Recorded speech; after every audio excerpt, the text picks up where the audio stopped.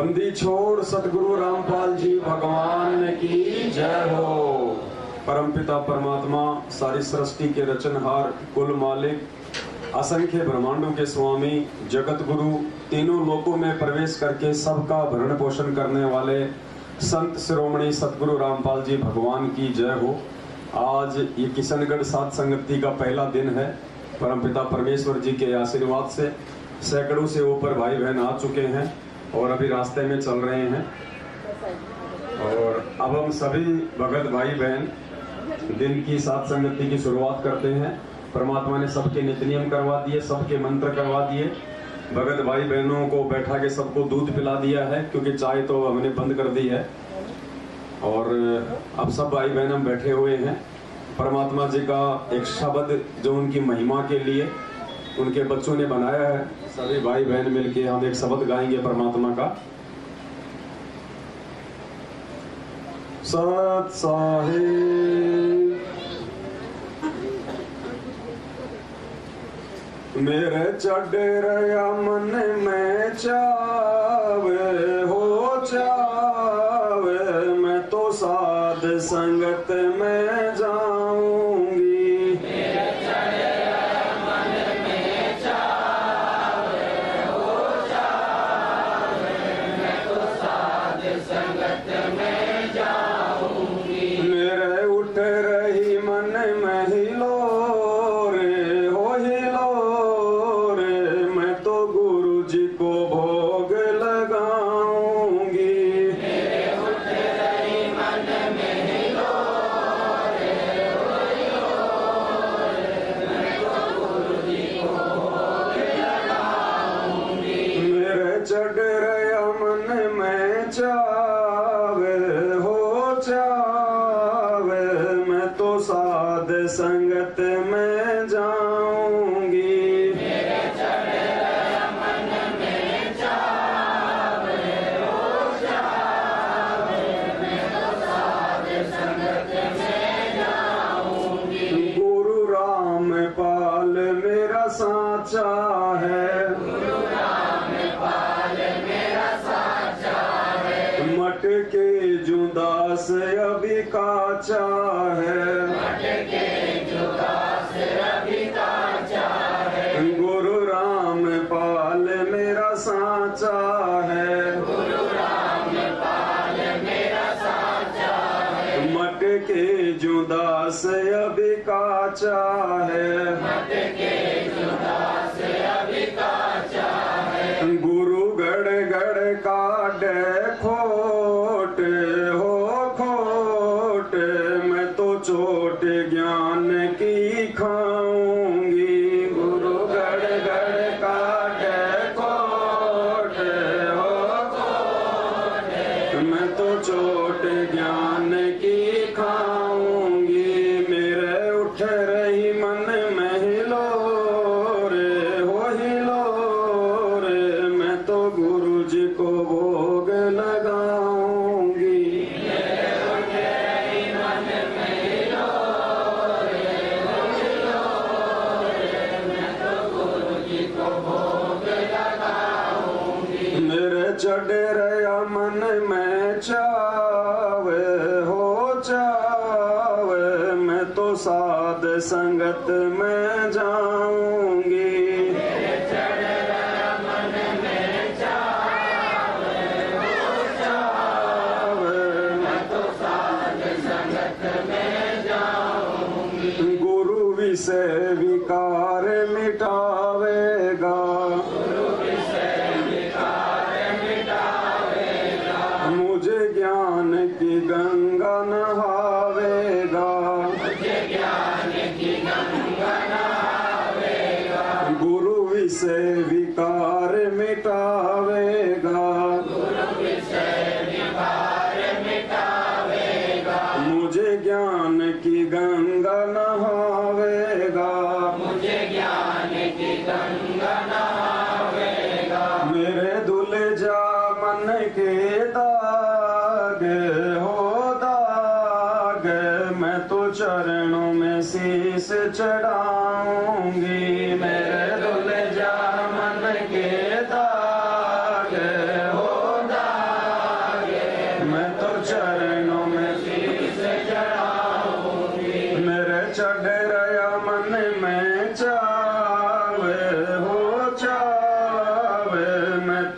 साध संगत में जाऊंगी।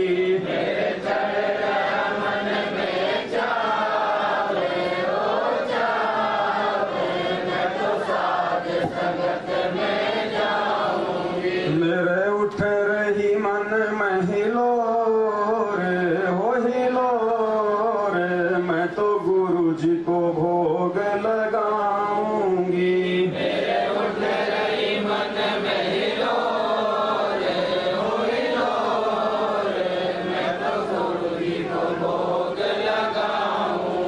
गुरु तीन लोक से न्यारा है, बड़े वाला धाम बड़ा प्यारा है। गुरु तीन लोक से न्यारा है, बड़े वाला धाम बड़ा प्यारा है। दिया तन मन धन सब वारे हो वारे, मैं तो गुरु जी को खूब रिझाऊंगी।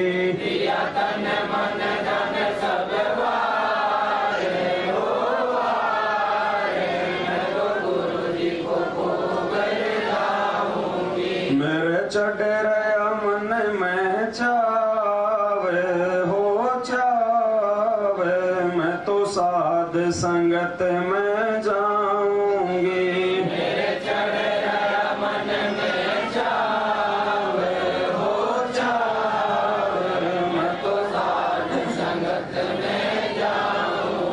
मेरे उठ रही मन में हिलोर हो हिलोर, मैं तो गुरु जी को भोग लगाऊंगी।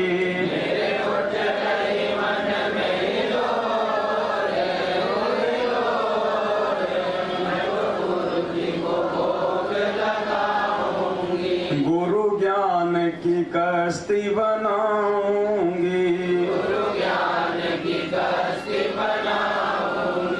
विश्वास का चप्पू चलाऊंगी। गुरु ज्ञान की कश्ती बनाऊंगी, विश्वास का चप्पू चलाऊंगी। गुरु वचन की रख के लाज हो लाज, भव सागर से तर जाऊंगी। गुरु वचन की रख के लाज हो लाज, भव सागर से तर जाऊंगी। मेरे चढ़ रहा मन में चावे हो चावे, मैं तो साध संगत में जाऊंगी।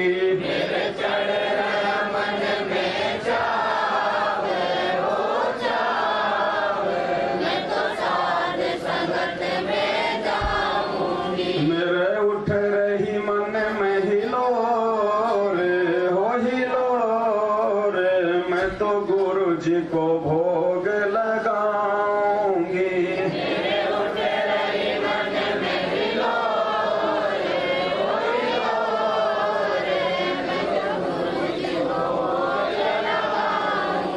मैंने साध संगत से जाना है, भगवान गुरु को माना है। मैंने साध संगत से जाना है, भगवान गुरु को माना है। मैंने 8 सितंबर का इंतजार मैं तो सतगुरु दिवस मनाऊंगी। मैंने 8 सितंबर का इंतजार सतगुरु दिवस मनाऊंगी। मेरे चढ़ मन में चावे हो चावे, मैं तो साध संगत में जाऊं। मेरे चढ़ मन में चावे हो चावे, मैं तो साध संगत में जाऊंगी। मेरे उठ रही मन में हिलो रे हो हिलो रे, मैं तो गुरु जी को भोग लगाऊंगी। मेरे उठ रही मन में हिलो रे हो हिलो रे, मैं तो गुरु जी को भोग लगाऊंगी। सत साहिब बंदी छोड़ सतगुरु रामपाल जी भगवान की जय हो। जानत है कोई सतगुरु प्यारे, जानत है कोई प्यारा रे। राम राम जिस दुनिया कहती, वो राम पाल अवतारा रे। राम राम जिसे दुनिया कहती, राम पाल अवतारा रे। जानत है कोई सतगुरु प्यारी, जानत है कोई प्यारा रे। जानत है कोई सतगुरु प्यारे, जानत है कोई प्यारा रे। राम राम जिस दुनिया कहती, वो राम पाल अवतारा रे। राम राम जिसे दुनिया कहती, राम पाल अवतारा रे। भूल पड़ी जब मोहम्मद जी को, रो रो रुदन मचाया रे। भूल पड़ी जब मोहम्मद जी को, रुदन मचाया रे। भूल पड़ी जब मोहम्मद जी को, रो रो रुदन मचाया रे। भूल पड़ी जब मोहम्मद जी को, रुदन मचाया रे। बच्चा गऊ तत्काल जीवाई, हजरत की लाज बचाई रे।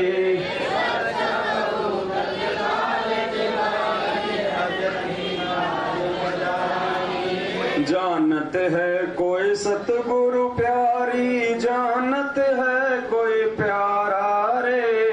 जानत है कोई सतगुरु प्यारी, जानत है कोई प्यारा रे। राम राम जिस दुनिया कहती, वो राम पाल अवतारा रे।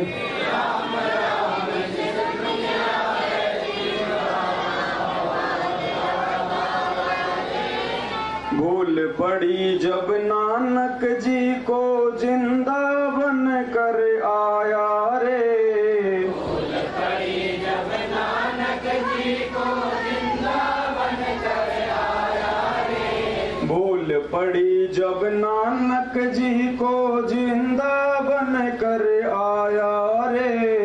भूल पड़ी जब नानक जी को, जिंदा बन कर आया रे। धन धन सतगुरु राम पाल जी, सचखंड आन दिखाया रे। धन धन सतगुरु राम पाल जी, सचखंड आन दिखाया रे। जानत है कोई सतगुरु प्यारी, जानत है कोई प्यारा रे। जानत है कोई सतगुरु प्यारी, जानत है कोई प्यारा रे। राम राम जिस दुनिया कहती, वो राम पाल अवतारा रे। राम राम जिसे दुनिया कहती, भूल पड़ी जब रामानंद को, माला मुकुट अटकाई रे। भूल पड़ी जब रामानंद को, माला मुकुट अटकाई रे। भूल पड़ी जब रामानंद को, माला मुकुट अटकाई रे।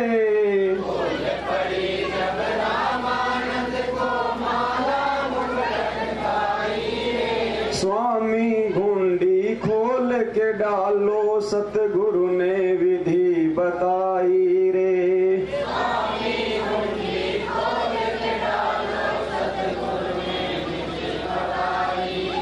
जानत है कोई सतगुरु प्यारी, जानत है कोई प्यारा रे। जानत है कोई सतगुरु प्यारी, जानत है कोई प्यारा रे। राम राम जिस दुनिया कहती, वो राम पाल अवतारा रे। राम राम जिस दुनिया कहती, राम पाल अवतारा रे। भूल पड़ी जब वीर सिंह को लीला गजब रचाई रे। भूल पड़ी जब वीर सिंह को लीला गजब रचाई रे। भूल पड़ी जब वीर सिंह को लीला गजब रचाई रे। भूल पड़ी जब वीर सिंह को लीला गजब रचाई रे। गुरु को गोविंद मान लिया जब चादर दूर बगाई रे।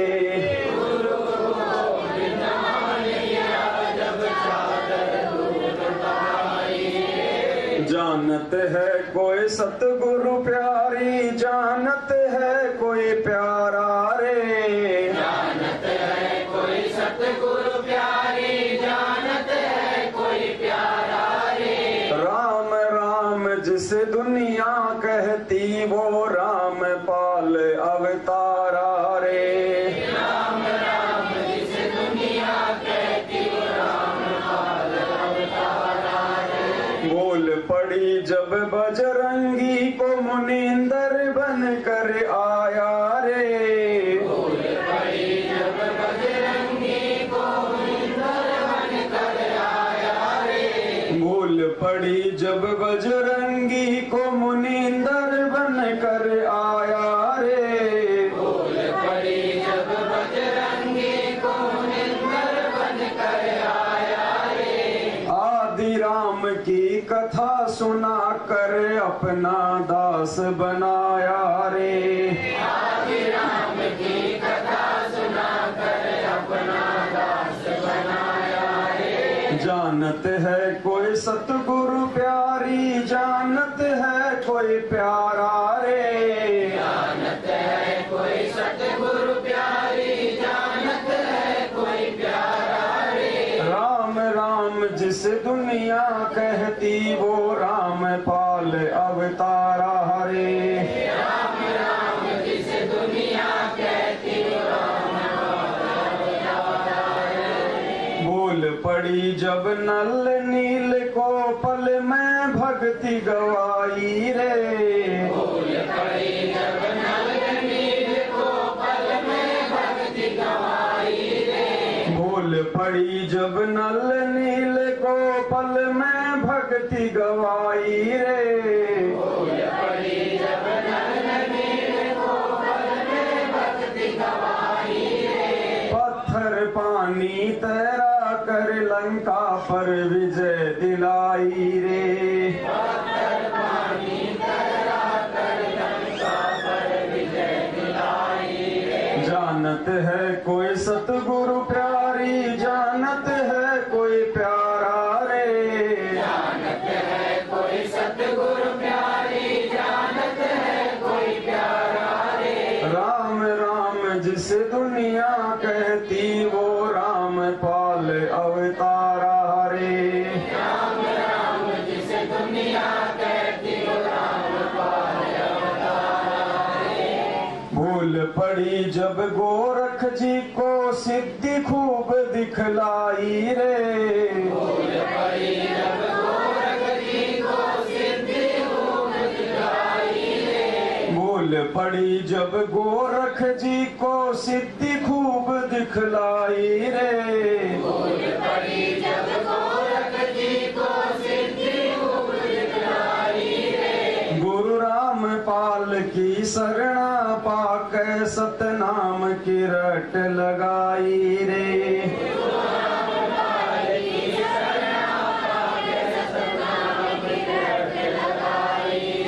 जानत है कोई सतगुरु प्यारी, जानत है कोई प्यारा रे।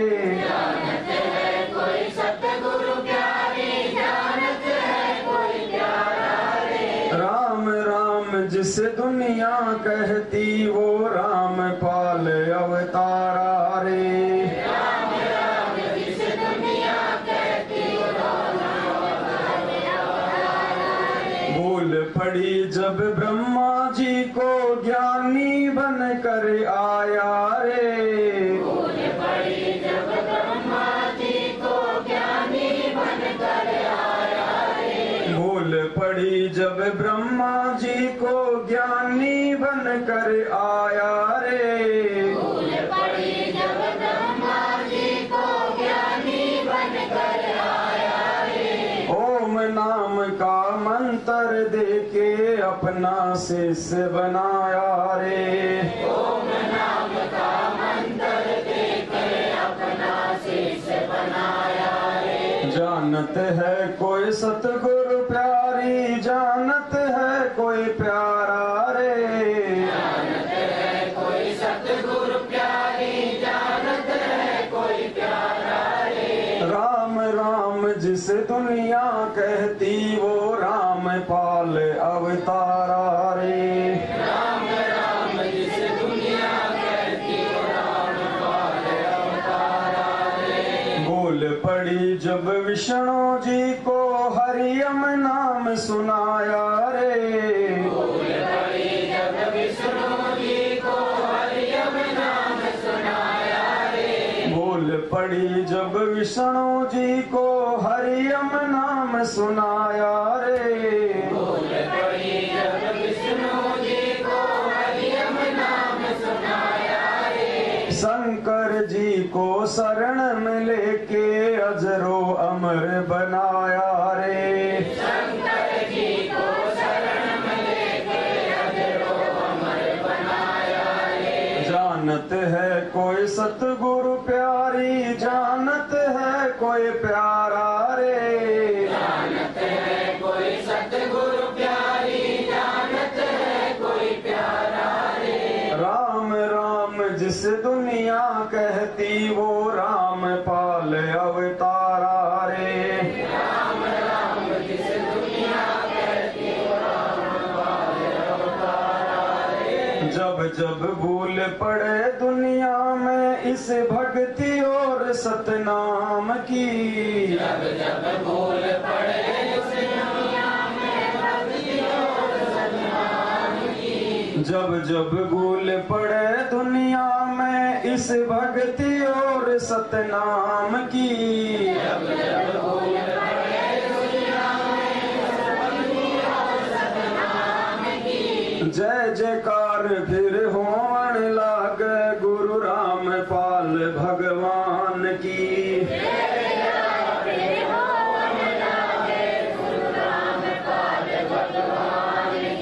जानत है कोई सतगुरु प्यारी, जानत है कोई प्यारा रे।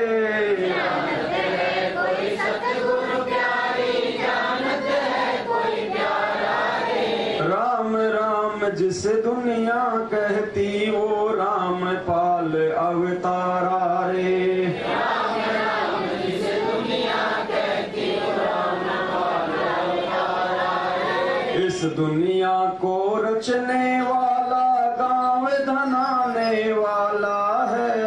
इस दुनिया को रचने वाला गाँव बनाने वाला है। इस दुनिया को रचने वाला गाँव धनाने वाला है। इस दुनिया को रचने वाला गाँव बनाने वाला है। राम पाल मेरा सतगुरु प्यारा घट घट रमने वाला है। राम पाल मेरा सतगुरु प्यारा घट घट रमने वाला है। जानत है कोई सतगुरु प्यारी, जानत है कोई प्यारा रे। जानत है कोई सतगुरु प्यारी, जानत है कोई प्यारा रे। राम राम जिस दुनिया कहती वो राम पाल अवतारा रे। राम राम जिस दुनिया कहती वो राम पाल अवतारा रे। सत साहिब बंदी छोड़ सतगुरु रामपाल जी भगवान की जय हो। सत साहिब। तो पुण्यात्मा संगति परमपिता परमात्मा जी के आशीर्वाद से हो रही थी। तो उसमें अपना जो विषय था वो ये चल रहा था कि कौन कौन आत्माएं 650 साल पहले पार हुई है। और जहां तक परमात्मा ने रात्रि में साथ संगति करवाई तो उस वहां तक केवल यही निष्कर्ष निकला के सामने आया कि अभी तक कोई भी आत्मा इस कलयुग में पार नहीं हो पाई है, सतलोक नहीं जा पाई है। तो परमात्मा ने काफी उसके एग्जाम्पल भी दिलवाए थे। तो उसी कड़ी में अब एक दूसरा वीडियो है परमपिता परमेश्वर जी का। हम इस वीडियो को ध्यान से सुने और एक एक चीज हमारे को समझ में आएगी कि ना ही तो नानक जी पार हुए, ना ही तो मीरा जी पार हुए, ना तो रैदास जी रविदास जी पार हुए, ना गणिका पार हुई। सब के सब आत्माएं यही हैं, क्योंकि मोक्ष का समय परमात्मा ने इस पिछली पीढ़ी को सेलेक्ट किया था। इस पिछली पीढ़ी में परमात्मा ने हमारे को अक्षर ज्ञान करवाना था। परमात्मा ने हमारे को दुनिया भर के सारे शास्त्रों से परिचित करवाना था, क्योंकि मालिक को मालूम था कि जब तक ये आत्मा हृदय से स्वीकार नहीं करेगी कि जो मेरा गुरु है ये पूर्ण परमात्मा है, ये परमेश्वर है, तब तक ये आत्मा आगे मोक्ष की राह में नहीं बढ़ सकती।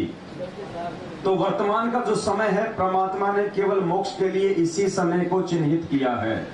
आज से पहले परमात्मा हमसे थोड़ी बहुत भक्ति करवा के केवल हमारे को यहाँ तक लेके आए हैं ताकि वर्तमान समय में हम पहुंच जाएं, हमारे को मानव शरीर मिले।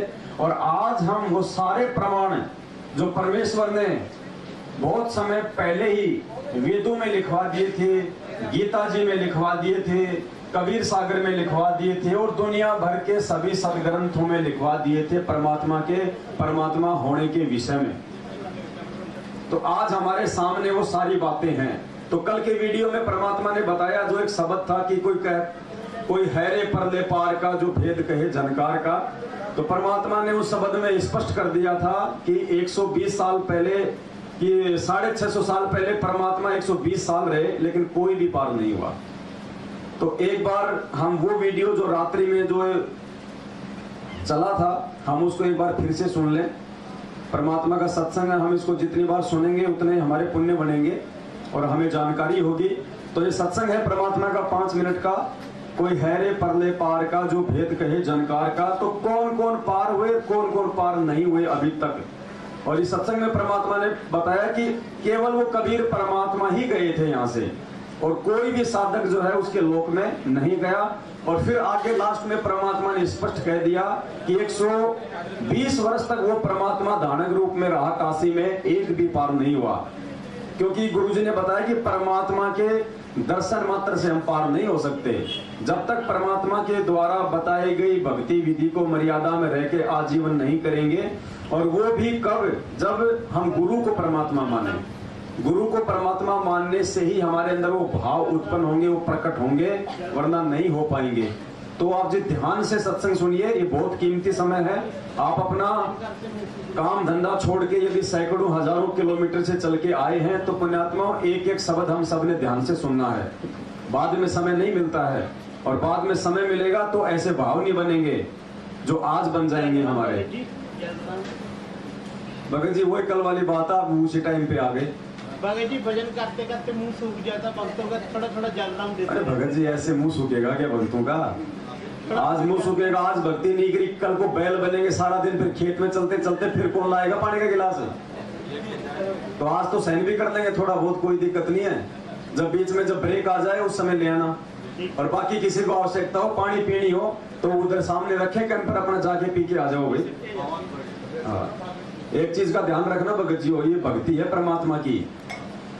अगर कोई हमें पानी भी पिला रहा है ना तो वो हमारी भक्ति ले रहा है, ध्यान रख लेना इस बात का। हमारी भक्ति ले रहा है।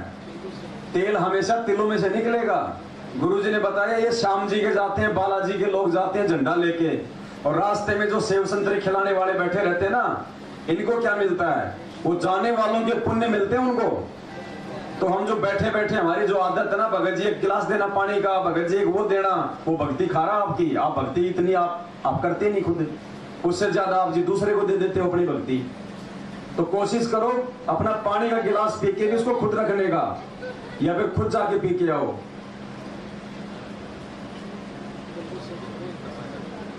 तो ध्यान से सुनो ये परमात्मा का सत्संग। कोई है रे परले पार का, परले पार इस अंड पिंड ब्रह्मांड से पार सतलोक में, अंड और पिंड के पार स्वदेश हमारा है।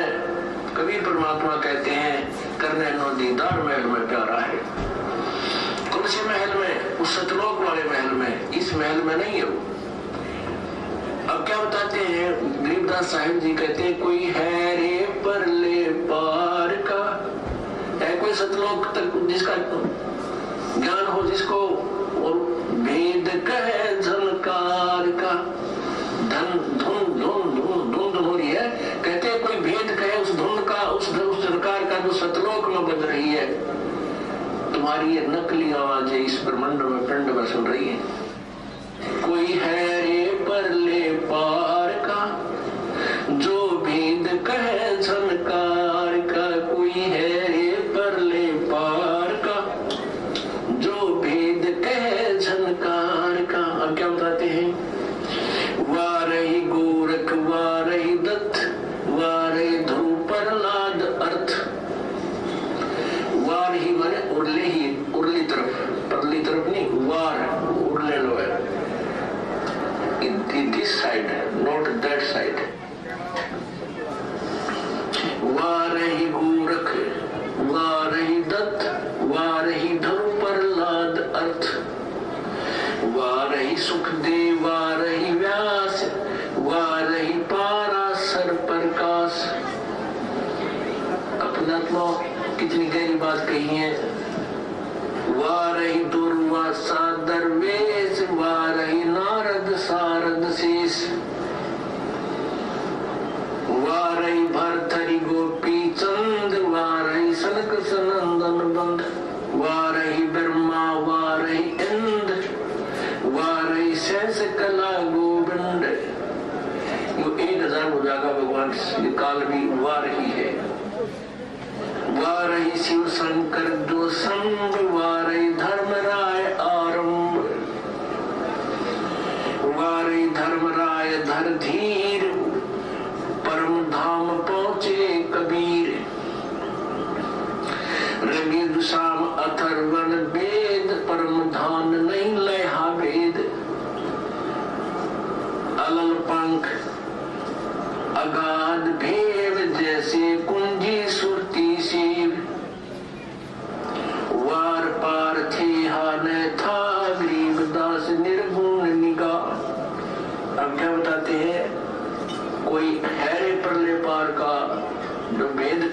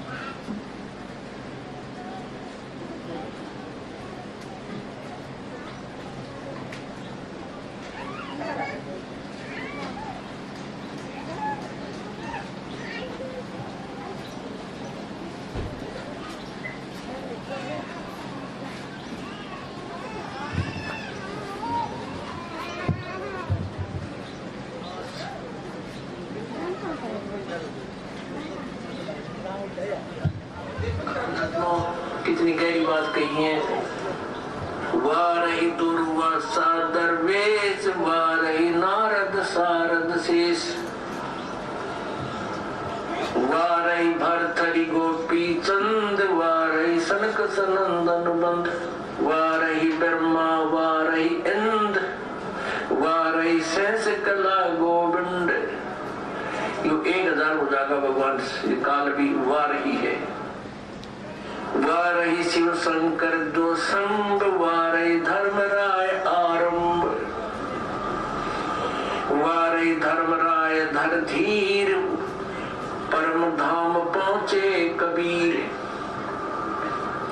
रगे दुशाम अथर्वण वेद, परम धान नहीं लहा वेद। अलल पंख अगाध भेद, जैसे कुंजी भक्ति से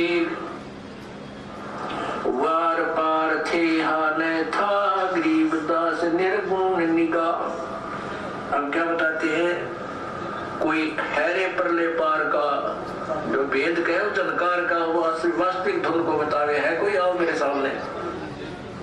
जब कहते हैं धुन धुन देखी धुन सुनी, इस शरीर में जो तुम दिखाई देता है और जो सुनता है वो काल तक का है।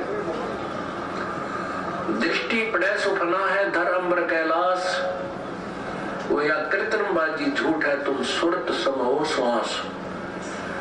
श्वास श्वास में सुरत समाने का अर्थ है जो मंत्र आपको दिया श्वास उस श्वास का, उसमें ध्यान से शब्द करते रहो, इससे पार होंगे। वार ही गोरख जैसे नाथ भी उधर ही उर्ली साइड में है, पार नहीं हुए। और वार ही दत्तात्रेय जैसे भी ये उर्ली ओड भी है, ये पार नहीं हुए। वार ही धरु प्रहलाद अर्थ, धरु और प्रहलाद भी पार नहीं, इनकी जन्म मृत्यु होती है। अब यहाँ चक्कर में पड़ जाते हैं, कमाल की बात है।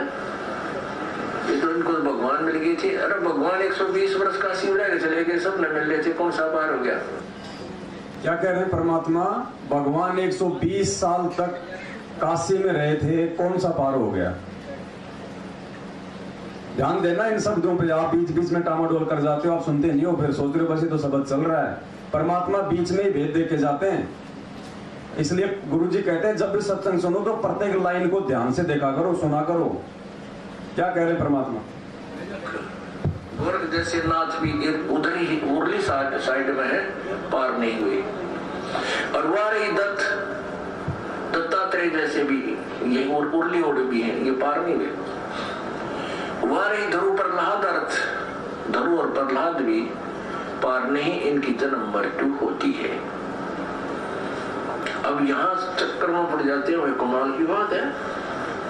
ये तो इनको भगवान मिल गई थी, अरे भगवान 120 वर्ष काशी में रह चले गए, सब न मिल रहे थे, कौन सा पार हो गया?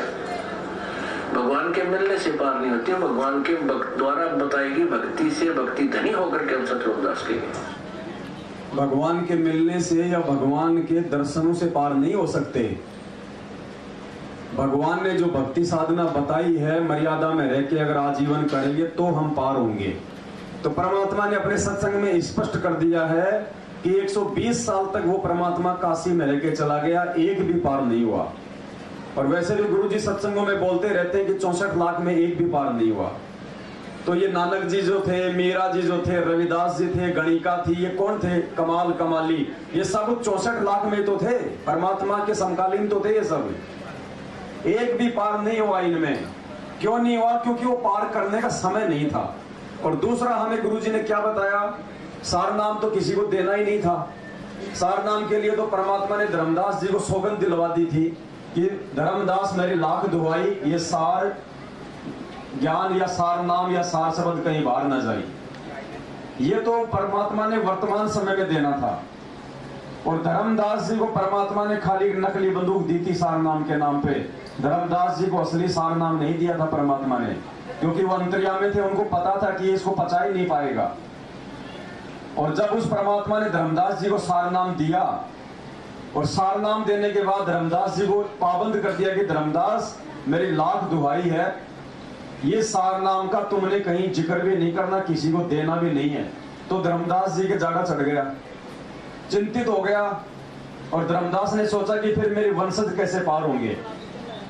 परमात्मा अब सतलोक चले जाएंगे वापस, मेरे को आगे दान करने का आदेश नहीं दे रहे, तो मेरे बच्चे बिना सार नाम के पार कैसे होंगे? तो धर्मदास जी के मन में दोष आ गया था।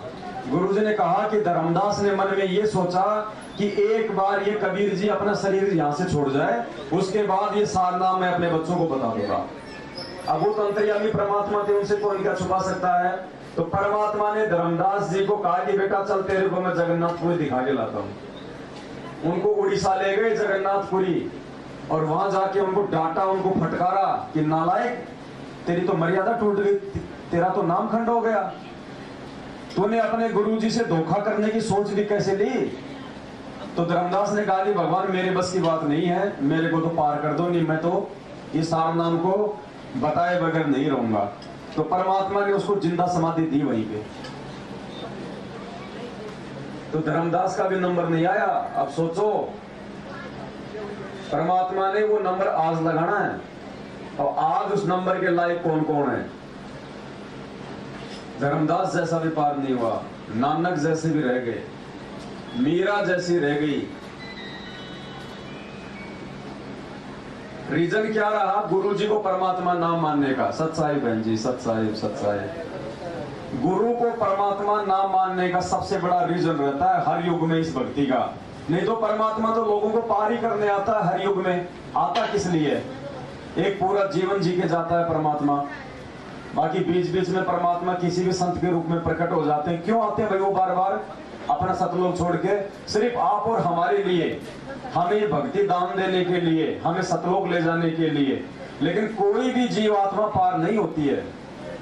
पार होने का समय केवल वर्तमान समय है, और वर्तमान समय में काल ने पूरी कोशिश कर रखी है कि ये जीव गुरु को भगवान ना मान ले। इसलिए गुरु जी के परिवार वालों को ही अपना जो है काल भगवान ने मोरा बना लिया, अपना एजेंट बना लिया, और जैसा वो कह रहे संगत वैसा कर रही है। अगर मैनेजमेंट कह दे कि गुरुजी प्रकट, तो सब प्रकट दिवस मनाएंगे, और मैनेजमेंट कह दे कि गुरुजी का जन्म हुआ जन्मदिन, तो सब जन्मदिन मना रहे हैं।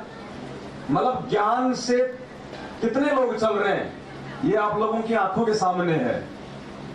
एक कागज की फोटो को भगवान मान के उसका प्रकट दिवस मनाने के लिए आश्रम भर गए इनके।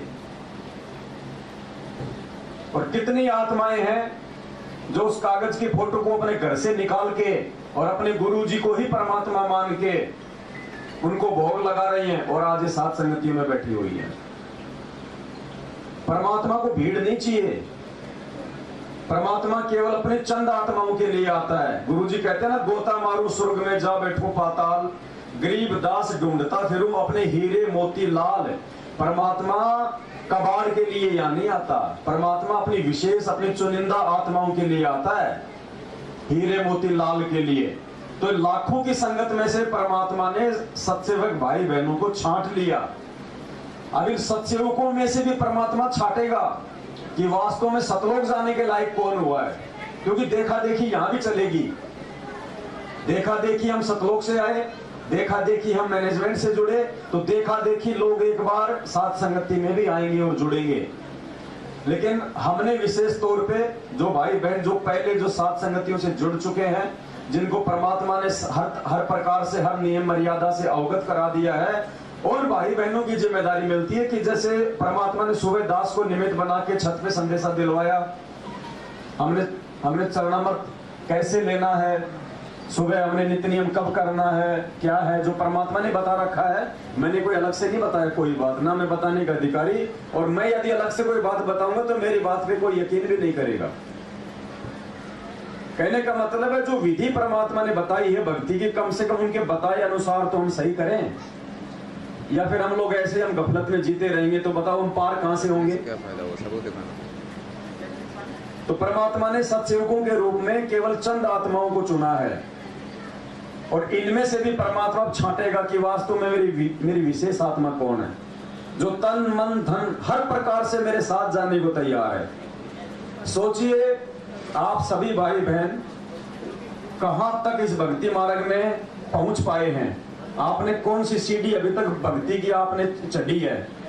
हम सब बैठे हैं यहाँ पे, और अभी यदि गुरुजी आके यहाँ पे प्रकट हो जाएं और गुरुजी कहते हैं कि बच्चों कौन कौन है जो सतलोक जाने के लिए तैयार है, तो हाथ तो सभी खड़ा कर देंगे।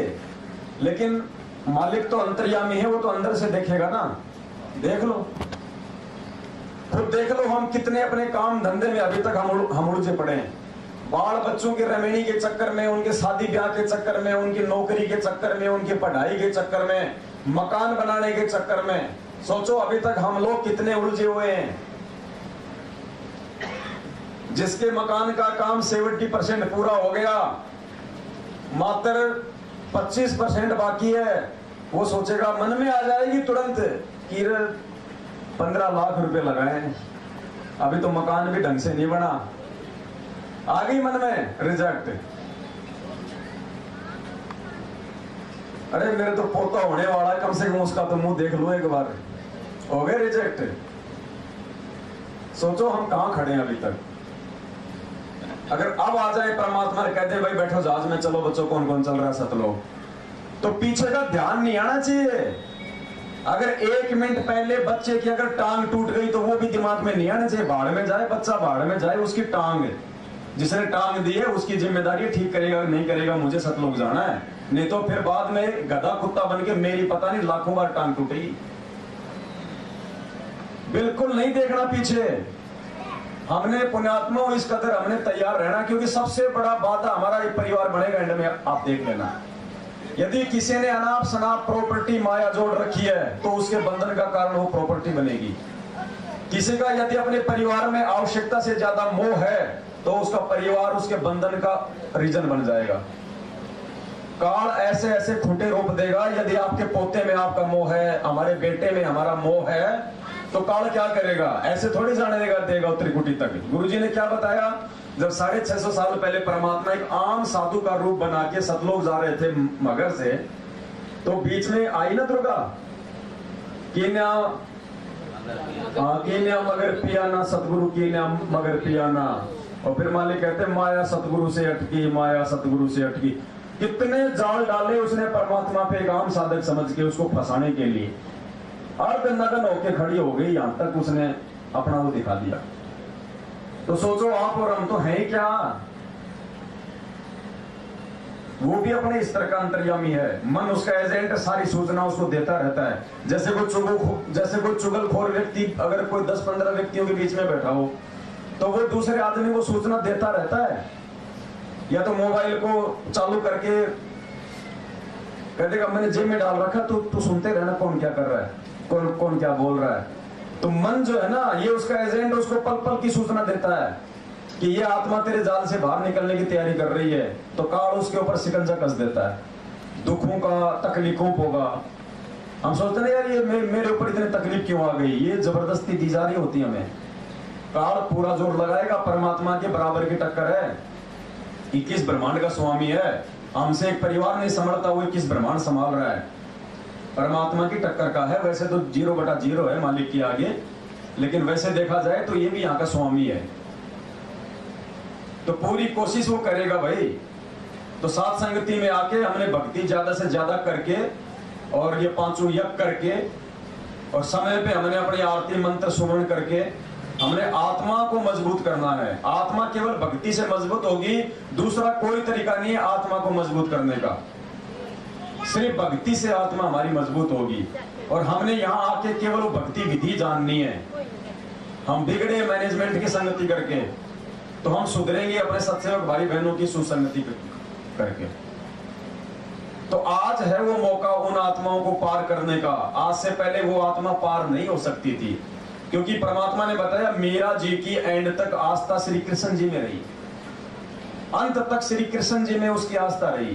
पीपा जी, अब बताओ, नाम ले लिया उसने कबीर परमात्मा से, उसने अपना राज भी छोड़ दिया। पीपा और सीता ने रामानंद जी के आश्रम में रहने लग गए।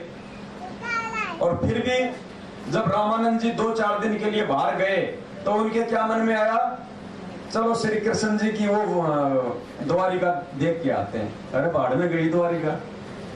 नाम ले लिया पूर्ण परमात्मा का, भक्ति कर रहा सतलोक की, मन में इच्छा श्री कृष्ण जी की द्वारिका देखने की। पीपा दरिया में कूद गया जिसने कैसी करी डिठाई। अब बता क्या मतलब था उसको? तो आस्था उसकी श्री कृष्ण जी में थी। और जब द्वारिका से बाहर आया, अब आया भी वो परमात्मा उसके लिए श्री कृष्ण बन के। द्वारिका रची परमात्मा ने अपने भगत के लिए, और श्री कृष्ण जी रूप में 7 दिन तक उसके साथ रहा अंदर। और जाते समय उसको एक अंगूठी दी, छाप।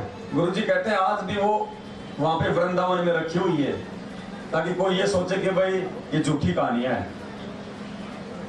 तो आस्था उसकी वहीं पे थी। नाम भले वो परमात्मा का जपता था, आस्था उसकी श्री कृष्ण जी में थी। दूसरी बात, परमात्मा ने किसी को भी सतनाम तक का जाप नहीं दिया था, सतनाम भी नहीं दिया किसी को। किसी भी जीव को परमात्मा ने सतनाम तक नहीं दिया। प्रथम मंत्र भी परमात्मा ने पूरा नहीं दिया। ये 7 मंत्र आज मिल रहे हैं हमें। आज से पहले गुरु जी कहते हैं केवल बीच बीच के 5 मंत्र दिए थे परमात्मा ने, सिर्फ तुम्हें रिचार्ज करने के लिए कि तुम यहां तक आ जाओ। और आज ये जो 2 मंत्र और दिए परमात्मा ने, लास्ट का शुरू का, ये परमात्मा ने बताया यदि किसी कारण से तुम्हारा, यदि मेरे से नाम दीक्षा लेके तुम्हारा यदि शरीर भी छूट गया तो इन 2 मंत्रों की कमाई से तुम्हें तुरंत मानव शरीर मिलेगा। इसलिए 2 मंत्र दिया आज परमात्मा ने, क्योंकि मालिक को पता था कि ये काल मर्यादा में रहने नहीं देगा और किसी न कारण से इनको चोट लगेगी, इनका शरीर छूटेगा, तो 2 मंत्रों की कमाई से फिर हमारे को तुरंत मानव जन्म मिलेगा। तो सारी की सारी आत्माएं जो आज से पहले परमात्मा ने उनको रिचार्ज किया था, सारी आत्माएं यही हैं वर्तमान में, इसी धरती पे हैं। कोई नहीं है तो वो आ जाएंगे आने वाले समय में। बाकी पार होने का समय यही है, चाहे वो नानक जी हो, चाहे रविदास जी हो, चाहे कमाल कमाली हो, चाहे गणिका हो, चाहे कोई जी हो, चाहे सभी आत्माओं को परमात्मा इसी समय लेके आएगा। हनुमान जी तक को कबीर सागर के सरलात में मालिक ने साफ साफ लिखा हुआ है, हनुमान जी भी इस समय आएगा इस धरती पे।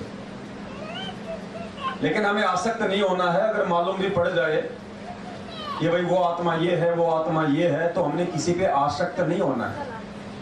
आप कौन सी कमजोर आत्मा हो गई, आपको पता चले आप कौन सी आत्मा हो, तो जो भगत अगर गुरु जी की मर्यादा में रह के भक्ति कर रहा है और जो मतलब जितना ज्यादा वो कमजोर दिखाई देगा आर्थिक स्थिति से भी, शारीरिक रूप से भी, वो उतनी ही विशेष आत्मा है परमात्मा की। अगर परमात्मा दिखाने लग जाएंगे तू वो आत्मा, तो मालूम पड़ेगा कि हम कौन है। लेकिन मालूम पड़ने से हो क्या जाएगा। अब मान लो आपको गुरुजी कह दे किसी को कि बेटा तू तो भीम की आत्मा है, अरे भीम की आत्मा है तो भाई उसका फायदा क्या। अगर तू इतनी अच्छी आत्मा थी तो महाभारत में हो जाती पार। परमात्मा आया था भाई, तुम्हारा यज्ञ सफल करके गया था सुपथ रूप में। श्री कृष्ण जी ने बता भी दिया था, तुम्हारी आंखों के सामने एग्जाम्पल था। श्री कृष्ण जी के भोजन करने से संग नहीं बजा और सुपथ के खाना खाने से संग बच गए, तो परमात्मा कौन हुआ। अगर वो इतना ज्ञानी विद्वान आत्मा होती, इतनी अच्छी आत्मा होती, तो उसी समय लेके नाम और वो पार हो जाता ना। तो आज है वो पार होने का समय।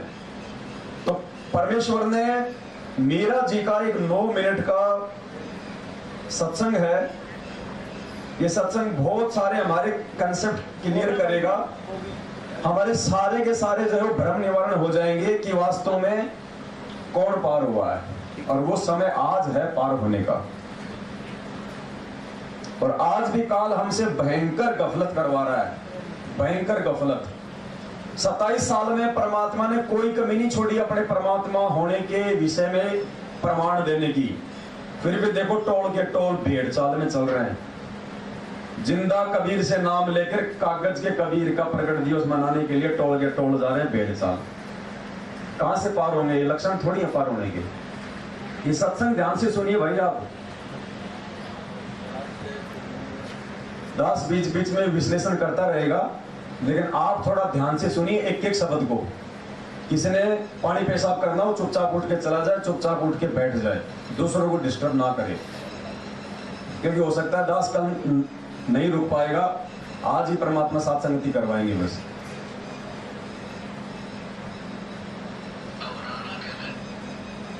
जब मीरा जी अपने देवर उस राणा के अत्याचारों से दुखी होके परेशान होके जब वो वृंदावन चली गई थी, उसके बाद में राणा के राज्य में सूखा पड़ गया, अकाल पड़ गया। देखना सत्संग में बहुत सारे कंसेप्ट क्लियर होंगे।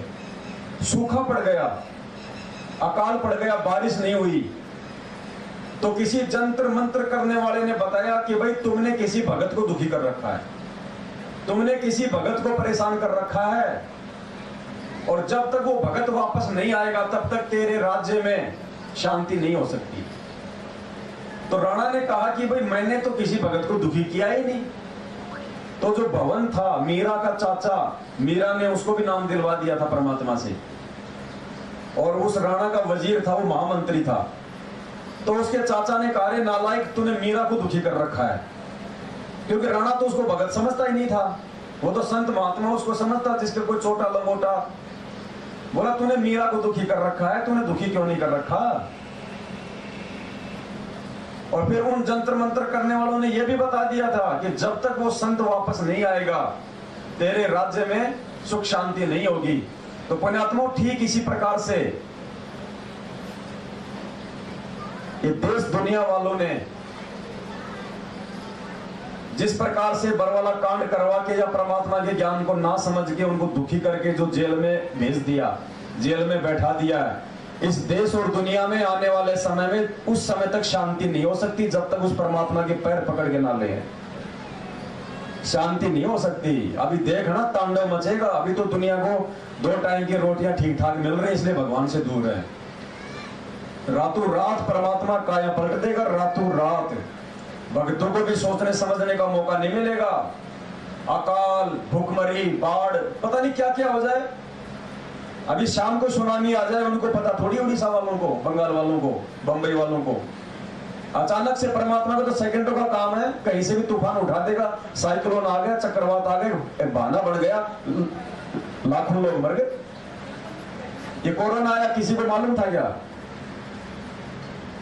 कुछ भी हो सकता है, ये काल का लोक है, कुछ भी।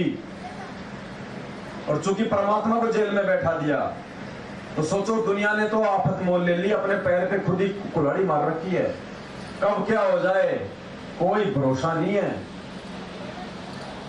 तो संत ने कहा कि जब तक वो संत भगत वापस नहीं आएगा तब तक तेरे राज्य में सुख शांति नहीं हो सकती। ध्यान से सुनिए। अब राणा कहता है कि मैंने ऐसा कोई संत पेशाब नहीं किया। भगवान ने कहा कि क्यों नहीं किया आपने? आपने मीराबाई के साथ तो जुल्म किए हैं, वो भगवान सहन नहीं कर सका। तेरे जुल्मों से दुखी होकर के वो गई है। तो उन्होंने ये भी बताया था भविष्य को जंतर मंत्र देखने वालों ने, पविष्टों ने और बताने वालों ने, कारण बताने वालों ने, कि वही संत वापस आए, तेरा राज ठीक रहे, नहीं तो ये जुल्म होता ही रहेगा। अब उसने राणा ने कहा भी कौन ला सकता है फिर मीरा को वापस? 2 सैनिक खड़े हुए, 2 सेवक सैनिक खड़े हुए कि हम ला सकते हैं, हमारी बात को बहन नहीं मोड़ेगी, हम उनसे खूब परिचित हैं, हमारी घंटों चर्चा होती थी। अब राजमा विवाद बहुत होता है, बकवास भरी होती है कोरी उनमें। तो राजा ने जब वो चलने लगे कि कहा कि अगर वो नहीं आए तो तुम क्या करोगे? तुम्हें इतना विश्वास है? कहा जी विश्वास है। अगर वो नहीं आएगी तो हम भी वापस नहीं आएंगे, वही जान दे देंगे। अगर वो हमें मिल गई तो हम वापस नहीं आएंगे, लेकर ही आएंगे, खाली नहीं आएंगे। अब वो दोनों ढूंढते ढूंढते वृंदावन पहुंच गए। मीराबाई से मौत करा। उससे पहले परमात्मा पूर्ण ब्रह्म कबीर साहब मीराबाई के पास गए। मीराबाई से कहा बेटी, वो जो नाम रविदास से तूने लिया है वो पूर्ण नहीं है। अब मंत्र मैं दूं आपको, सतनाम, ये सतनाम प्राप्त कर दो। अब एक चीज यहाँ पे और विचार करने की है। मीराबाई ने प्रथम नाम किससे लिया? दूसरा नाम किससे लिया? तो मीराबाई का एक गुरु हुआ, 2 गुरु हुए, वो पार होगी। उसने तो 2 पति बना रखे थे। अरे एक ही पंथ में आप प्रथम नाम तो ले रहे हो आप बल्कि महेंद्र भगोड़े से, और दूसरा नाम ले रहे हो आप गुरुजी से, आप पार हो गए। ये विचार करने की बातें हैं, ये सात संगतियों से दिमाग में आएंगी बातें। आत्मा का पति एक है, गुरु एक होता है, गुरु 2 होते हैं। तो मीराबाई ने प्रथम नाम तो लिया रविदास जी से, हालांकि थे वो परमेश्वरी रविदास जी के रूप में, ये बात कुछ और है। लेकिन हम अगर सीधे सीधे चले तो मीरा जी के तो 2 गुरु हो गए, तो 2 गुरु वाली आत्मा कभी पार हो सकती है? यहां पे सारा खेल परमात्मा खेल रहे हैं। अब वो सैनिक भी परमेश्वरी बन के गए दोनों। आगे चल के मीराबाई भी परमेश्वरी था। अब देखना आपको सारा खेल समझ में आएगा। सत्संग ध्यान से सुनो। तो मीराबाई को परमात्मा ने नाम दिया, फिर उसकी विधि बताई, फिर डट कर भक्ति की। अब उसके बाद फिर वो दोनों वहां पहुंच जाते हैं सैनिक। उन सिपाहियों ने जाकर कहा बहन आप चलो, वहां बहुत बुरा हाल हो गया है। राजा अपनी गलती क्षमा याचना कर रहा है, कभी कुछ नहीं कहेगा तुझे। मेरा भाई बोली, भाई मैं तुम्हारे से ज्यादा जानती हूँ उस निकम्मे ने, अब मैं वापस नहीं जा सकती। अब उन्होंने कहा, बहन हम ये कहकर आए हैं कि हम नहीं, वो नहीं आएगी तो हम भी नहीं आएंगे, हमारे बाल बच्चों की तरफ देख ले तुम। मीराबाई बोली, अगर मैं मर जाती और तुमने ना यहाँ मिलती तो फिर क्या करते कि वो तुम्हारी मजबूरी थी, फिर तुम कह देते वो मर गई। बोली, भाई चल तुमने कह दियो जाकर। वही खड़ी हुई, एक तारा ले रखा था, भगवान की गुण गाती गाती सिमरन करती करती, और उस भगवान श्री कृष्ण की एक मूर्ति थी पत्थर की, उसके अंदर समा गई। क्यों भाई? नाम ले रखा कबीर परमात्मा का, और समा कहा रही है श्री कृष्ण जी की मूर्ति में। क्यों क्यों समाई? आस्था उसकी श्री कृष्ण जी में ही थी। नाम भले उसने परमात्मा से ले लिया था, लेकिन अंत तक आस्था उसकी श्री कृष्ण जी में ही थी। और परमात्मा कहते हैं, जहां आशा तहां बासा होई, मन कर्म वचन सुमरियो सोई। दूसरी बात, इस भक्ति में तो नियम भगत के लिए एक समान होते हैं। 650 साल पहले भी यही नियम थे, आज भी यही नियम है। पहले भी भगत अपनी सिद्धियों का प्रयोग नहीं कर सकता था, आज भी नहीं कर सकता। तो मीरा जी ने सिद्धि का प्रयोग अपना क्यों किया? वो मूर्ति में क्यों समाई? बस आपको सिद्धि का प्रयोग करोगे तो ही तो आप जी मूर्ति में समाओगे। तो मीरा अगर भगत थी, वास्तव में नियमों में थी, वो मर्यादा में थी, तो मर्यादित भगत तो परमात्मा के द्वारा दी गई सिद्धियों का प्रयोग नहीं करेगा। परमात्मा ने साफ साफ मना किया हुआ है, शब्द महल में सिद्ध 24 हंस बिछोड़े विश्व में बीसा। भगत सिद्धि का प्रयोग नहीं कर सकता, किसी का जाड़ का दर्द भी ठीक नहीं कर सकता। अगर मीरा ने अगर सिद्धि का प्रयोग किया तो मीरा की मर्यादा टूटी, तो भी मीरा पार नहीं हो सकती। और श्री कृष्ण जी की मूर्ति में समाई, इसका मतलब उसकी आस्था श्री कृष्ण जी में थी, तो भी वो पार नहीं होगी। अब आगे चलिए। हालांकि खेल सारा परमात्मा खेल रहे थे, मीरा नहीं थी वो, उस समय वो परमात्मा था। और मालिक ने आज हमारे को ये एग्जाम्पल देना था कि भाई वो नाम मेरे से ले रखा, समा गई श्री कृष्ण जी की मूर्ति में, कहां पार होगी मेरा। जैसे परमात्मा कहते हैं ना कि राम रावण का युद्ध चल रहा था, रामचंद्र जी दुख हार के रोने लग गए कि हे भगवान, ये राक्षस तो पता नहीं क्या, ये तो मरता ही नहीं है। तो क्या किया, जब उसने भगवान को याद किया तो ये कबीर परमात्मा वहां सूक्ष्म रूप में गए, राम रूप बनाया, और गुरुजी बोले राम को तो पता नहीं सैनिकों में कहां पे मिला दिया, उसको तो मालूम ही नहीं तो कहां खड़ा है। और राम रूप में, सूक्ष्म रूप में उसने रावण की नाभि में तीर मारा, परमात्मा ने तब राम मरा। तो ऐसे परमात्मा खेल खेलता है। उनकी आंखों देखते देखते उस पत्थर की मूर्ति के अंदर समावेश कर गई। अब वो दोनों देखते रह गए। कहा आकाशवाणी में जाओ भाई, वो कह दियो वो मर गई। और दूसरी बात, अगर मीरा में अगर भक्ति करने से इतनी शक्ति आ गई, उसने सिद्धि आ गई, तो आज तो भाई परमात्मा ने तो सबको नाम दे रखा, वही जो मीरा को दिया था। तुम सारे के सारे 2-4 घंटे के लिए किसी पत्थर में समा जाओ, अपना भंडारा बचेगा। फायदे का काम है, तो समझ जाओ, देखिए कि भी खेल परमात्मा के। तो वो दोनों वापस आ गए।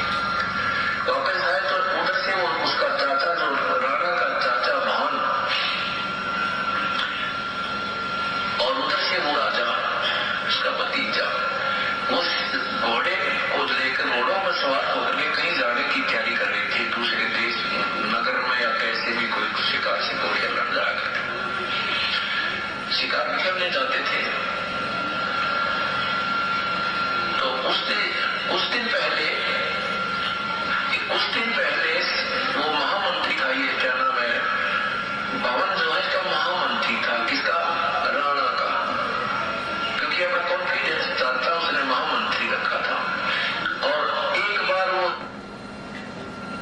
राणा के साथ भवन, उनका महामंत्री, तो उसने गर्भवती मृगनी को काट दिया था। गर्भवती मृगनी उसकी तलवार पे शिकार कर दी थी।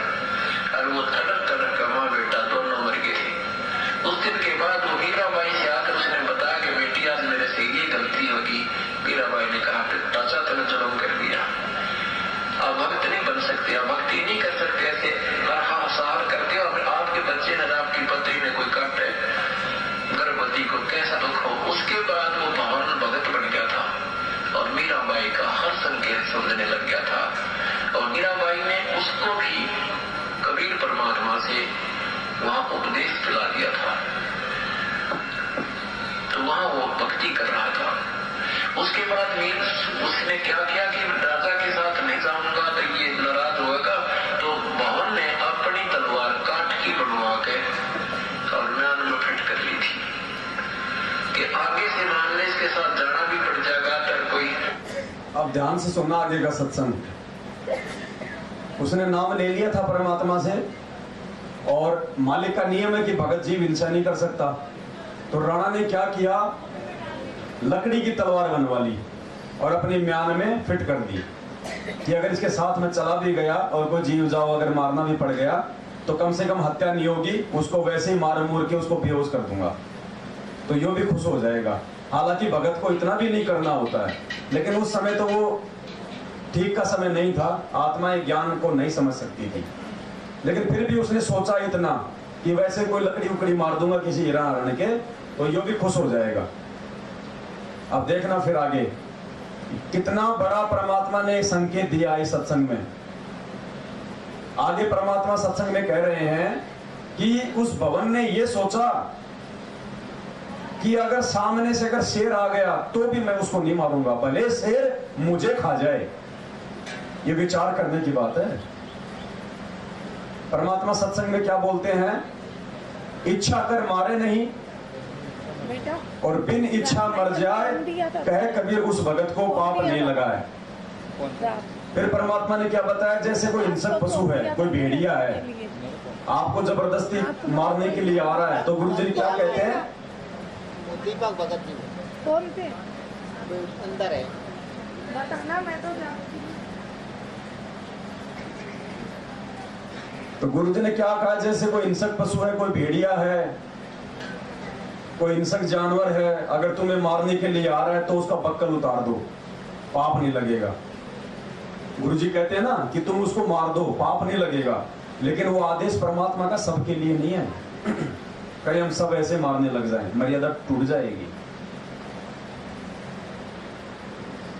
आप एक बात बताओ, जब आप मर्यादा में हो, आप नाम जाप कर रहे हो, गुरु जी का नाम ले रखा, आप मर्यादा में हो, तो क्या परमात्मा आपकी किसी हिंसक जानवर से रक्षा नहीं करेगा? रक्षा मंत्र में क्या कहते हैं परमात्मा, सतगुरु शरण शरणाई, शरण गए कछु भय नहीं व्यापे, काल जाल भय मिट जाई, रोग शोक छल छिद्र न व्यापे, सन्मुख न ठहराई, जहर अग्नि तन निकट नहीं आवे, दूरी जात रंगाई, वीर बेताल बाण न लागे, यम के कोट डहाई, 98 पुण्य मूठ न लागे, उल्ट तही दर खाई। यानी इस दुनिया की सारी जो शक्तियां हैं, जंत्र मंत्र मूठ वशीकरण जहर अग्नि, परमात्मा कहते हैं मेरे मर्यादित भगत पे उनका असर ही नहीं होगा। तो वे तुम्हें हिंसक जानवर कहां से हानि पहुंचा देगा? अगर तुम मर्यादा में हो तो हिंसक जानवर तुम्हें हानि कहां से पहुंचा देगा? चलो तुम तो तलवार उठा लोगे, अगर कोई 5 साल का बच्चा है कहीं रास्ते में जा रहा है, सामने से कोई भेड़िया आ गया तो वो बच्चा कैसे मारेगा उसको? तो उसकी रक्षा कौन करेगा? तो अगर ऐसी स्थिति हमारे सामने अगर हो जाए प्रकट है, हमने हाथ नहीं उठाना, इसका मतलब फिर हम मर्यादा में नहीं है, हमारे को विश्वास नहीं है परमात्मा पे। और विश्वास उसी को नहीं होगा जो मर्यादा में नहीं होगा, वो फिर अपने स्तर पे सारे काम करने की सोचता है। तो यहां परमात्मा ने भवन का उदाहरण देके समझाया। अभी आगे आप सुनेंगे, भवन ने कहा सामने से अगर शेर भी आ जाए तो भले शेर मेरे को खा जाए, लेकिन मैं शेर को नहीं मारूंगा। और जब कोई आत्मा अपने भगवान के वचन पे इतनी कुर्बान हो जाती है तो शेर एक क्या चाहे फिर चाहे 100 आ जाओ, आपको चोट पहुंचा देंगे क्या? अरे जब मीरा जब रात को सत्संग में जाया करती थी तो राणा ने कहा अपनी मौसी को कि इसको समझा, तो उसकी मां ने उसको डराया कि तेरे सत्संग के रास्ते में कोई शेर आ जाएगा, कोई बब्बर शेर आ जाएगा। तो मीरा ने क्या कहा, जद गुरु मारे की मेर होवे तो शेर भी गीदड़ बन जा।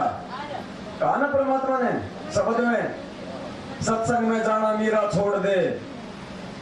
तो उसकी मां ने कहा कि कोई शेर मिल जाएगा रास्ते में, तेरे को खा जाएगा रात को, तो उसने कहा कि जब गुरु मारे की मेहर होए तो शेर भी गिदड़ बढ़ जा। तो हम कैसे मार देंगे हम किसी जानवर को? अगर हम मर्यादा में है तो, भगवान पे हमारे को विश्वास है तो क्या वो हत्या नहीं है? भाई शेर है या कोई भेड़िया है, उसकी प्रवृत्ति क्या है? लोगों को देखते ही खाना और उसको काटना, उसको परमात्मा ने वही प्रवृत्ति दी है।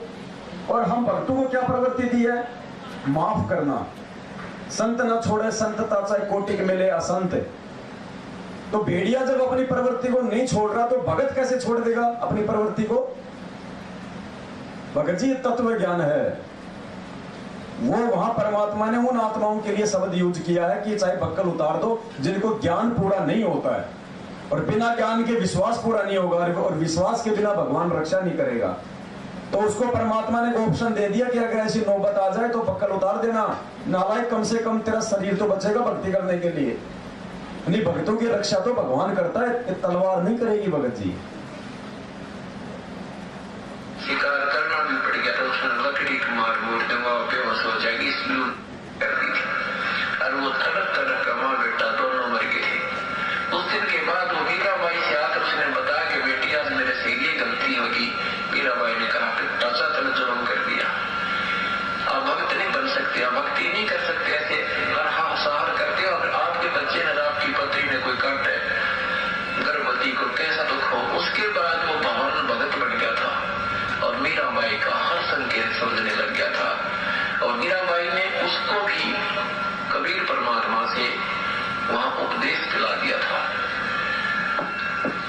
तो वहां वो भक्ति कर रहा था। उसके बाद उसने क्या किया कि राजा के साथ नहीं जाऊंगा तो ये नाराज होगा, तो भवन ने अपनी तलवार काट की बनवा के और म्यान में फिट कर ली थी कि आगे से मानने इसके साथ जाना भी।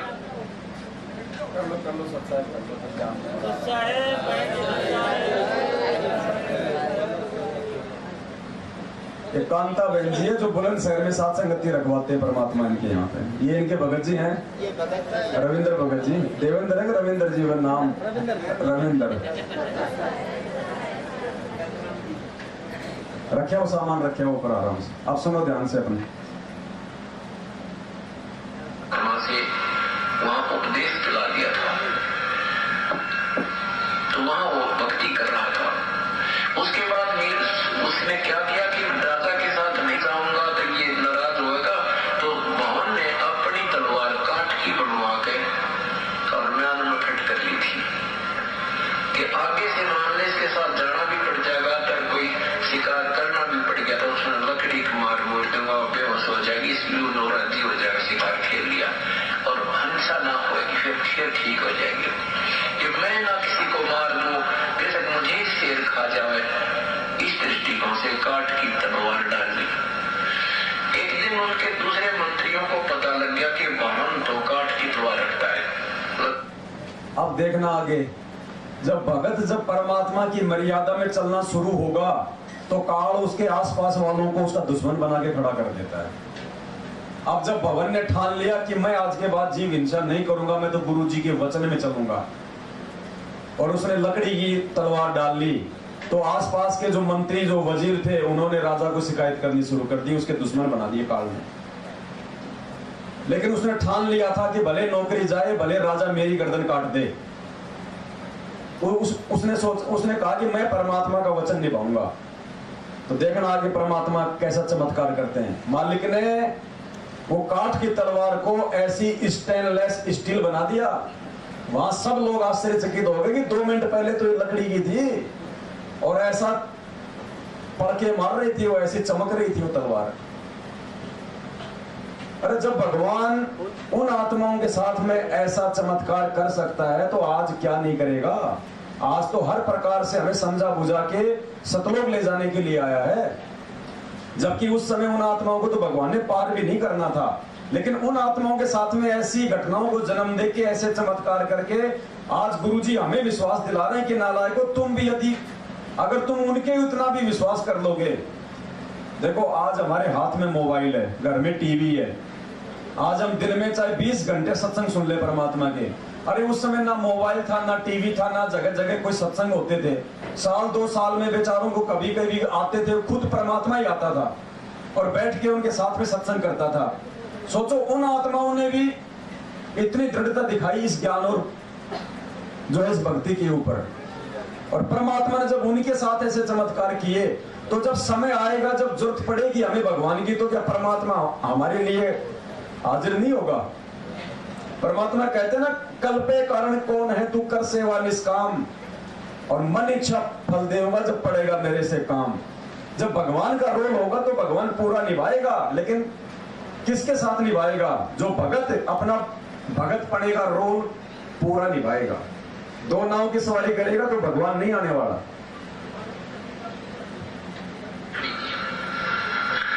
अब उन तुगलखोर व्यक्तियों ने राजा से कहा, राजा की आपका चाचा आपका दुश्मन है, ये तो लकड़ी की तलवार रखता है, आपको कभी मरवा देगा वहां पर। अब राजा को विश्वास नहीं हो रहा, भी नो सीधा कहूं कैसे अपने चाचा को, और भी निकाल तेरी तलवार चेक करूंगा, कभी नहीं करी थी चेक उसने, विश्वास नहीं किया था। फिर उन कईयों ने कहा, 1 ने कहा, 2 ने कहा, 4 ने कहा, तो चक्कर उससे दिमाग घूम गया राणा का। उसने कहा भाई ठीक है, आदेश दे दिया कि सभी मंत्री महामंत्री अपने अपने हथियार लेकर के लाइन में खड़े हो जाओ, सब किया जाए कि करूंगा। अगले दिन उन्होंने आदेश दे दिया। अब हो गए खड़े सारे, भवन भी खड़ा हो गया, सबकी तलवार देखता हुआ आ रहा है, सबकी तलवार देखता हुआ आ रहा है।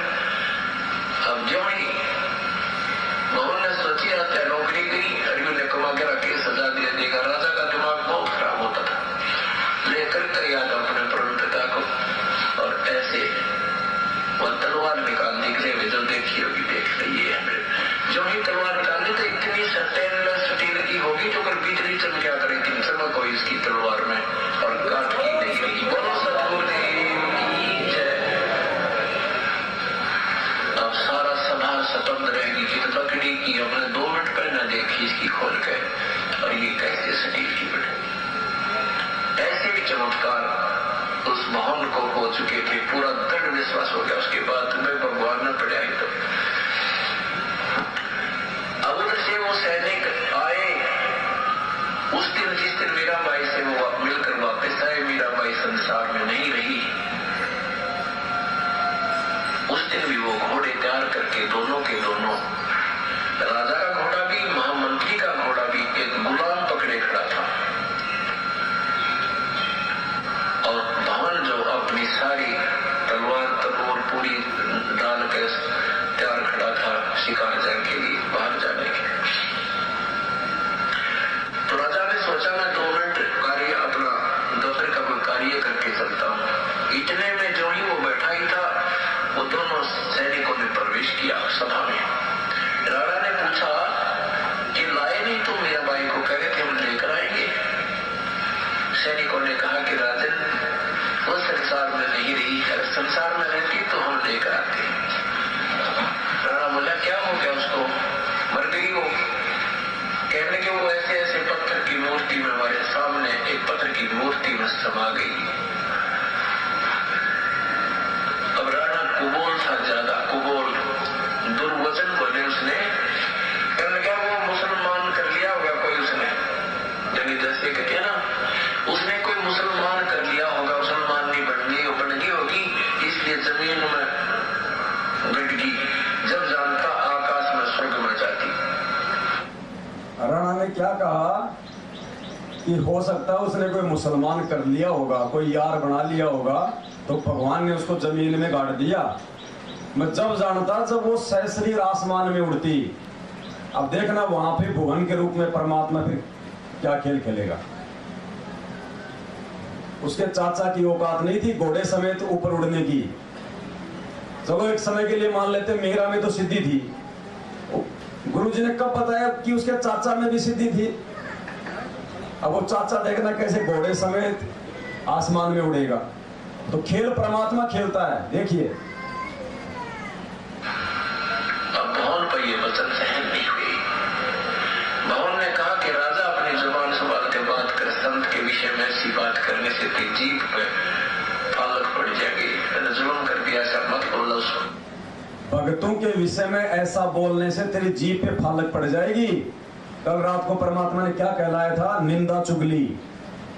कोई भगत तुम्हारे विषय में जो मर्जी बोले, किसी को जो मर्जी कहे, कोई तुम्हारी बड़ाई करे चाहे बुराई करे, हमने किसी भगत के विषय में पीठ पीछे कोई बात नहीं करनी है। अगर हिम्मत है तो उसके सामने जाके बोलो कि भाई तेरी ये गलती है, यहाँ तू गलत है। उसकी गलतियां पीठ पीछे किसी दूसरे भगत के सामने करोगे, तुम भी दोषी और उस सुनने वाले को भी तुम पाप का भागी बना रहे हो। क्योंकि संतों की निंदा, ये संत है सब, हम सब संत भगत हैं। वास्तव में इस धरती पे यदि कोई ऋषि है, कोई योगी है, कोई संत है, तो परमात्मा ने अपने बच्चों को बताया। खाली वो 250 रुपए का लाल लंगोटा पहन लेने से कोई ऋषि नहीं होता।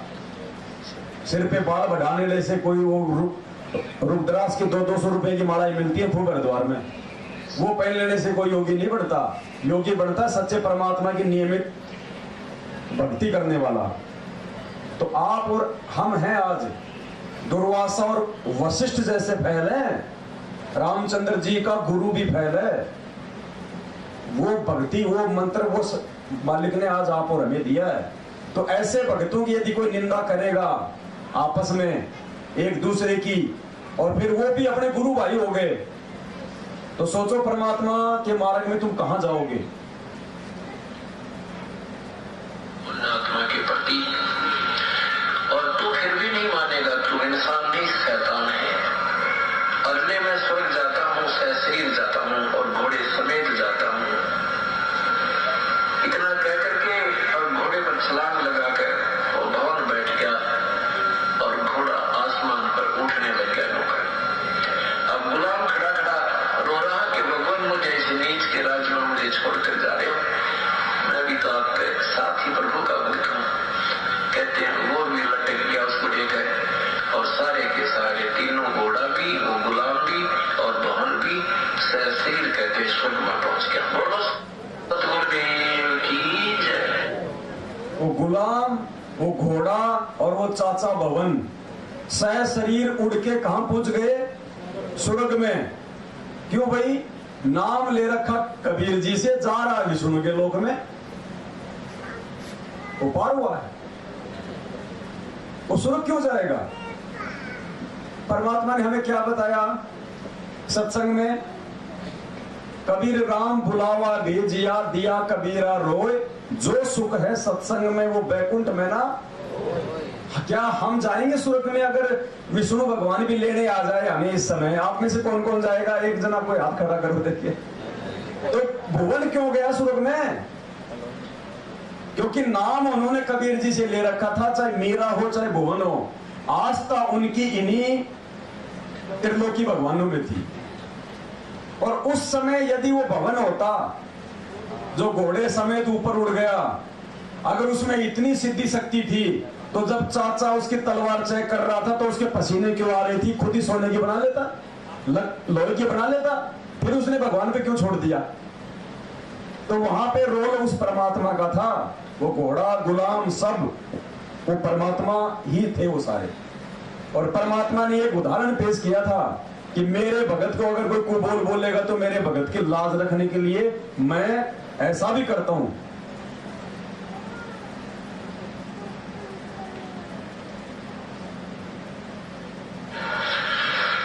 अब कहते हैं ना, जो जहां तक की टिकट बनवाता है टीटी उड़े की बना दे। जो जहां की टिकट बनवाता है टीटी, तो कबीर जी तो सतलोक की टिकट बनाते हैं, लेकिन उन आत्माओं ने उनको भगवान ना मान के अपनी सुरक्षा की टिकट बनवाई। यही तो है। क्योंकि गुरु को परमात्मा नहीं मान सकते थे आज से पहले। जब आज इतना ज्ञान देने के बाद में आपके लाखों भगत भाई बहन नहीं मान रहे, तो सोचो आज से 600 साल पहले कौन गुरु को भगवान मानेगा? तो उन्होंने साधना केवल 3 लोग तक की ही की, तो वो स्वर्ग में मालिक ने उनको भेज दिया। अब देखना परमात्मा ये कह रहे हैं कि सब वो आत्माएं जितनी भी थी अब वापस आएंगी। परमात्मा ने जो भी जहां लेवल की साधना लोग करते थे वही लेवल की साधना का मंत्र दे देते थे, लेकिन उस पूर्ण परमात्मा छुपा के रखा था इस समय तक।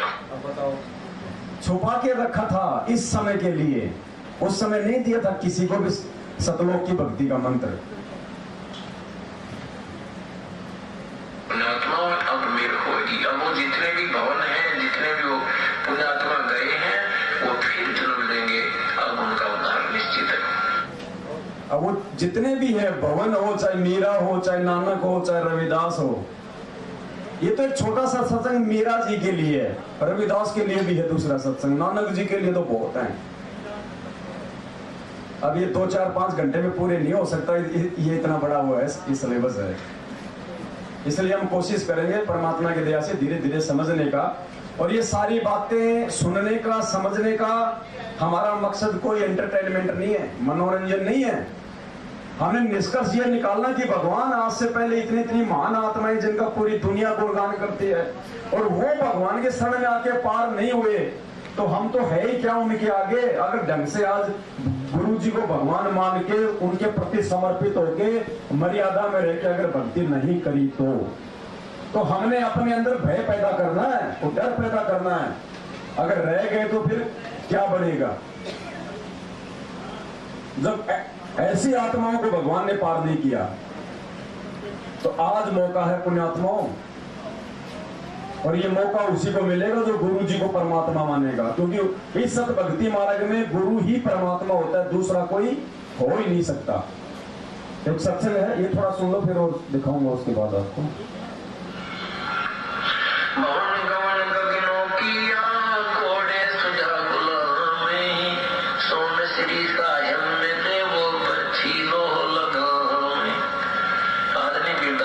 कहते हैं कि पवन ने गमन गगनों किया, आसमान की तरफ गमन किया, और घोड़े सदा गुलाम, घोड़े समेत गुलाम भी ये लटक रहा था। अन्यों के नाम जाके भगवान विष्णु को मिले, तो घोड़े समेत भी। किसको मिले? भगवान विष्णु को मिले। क्यों भाई? कबीर जी से नाम लेके विष्णु से क्या लेना देना?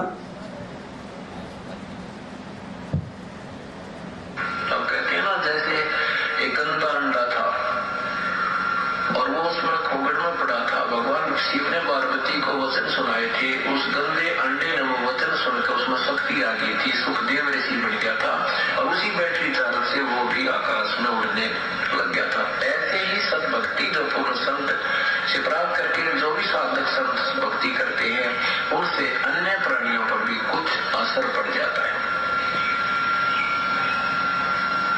ये बहुत लंबी कहानी है, बहुत देर में समझ में आएंगे आपके, क्योंकि जो जाकी शरणा बसे ताको ताकी लाज, जसो ही मछली चढ़ जाए जयती गजराज।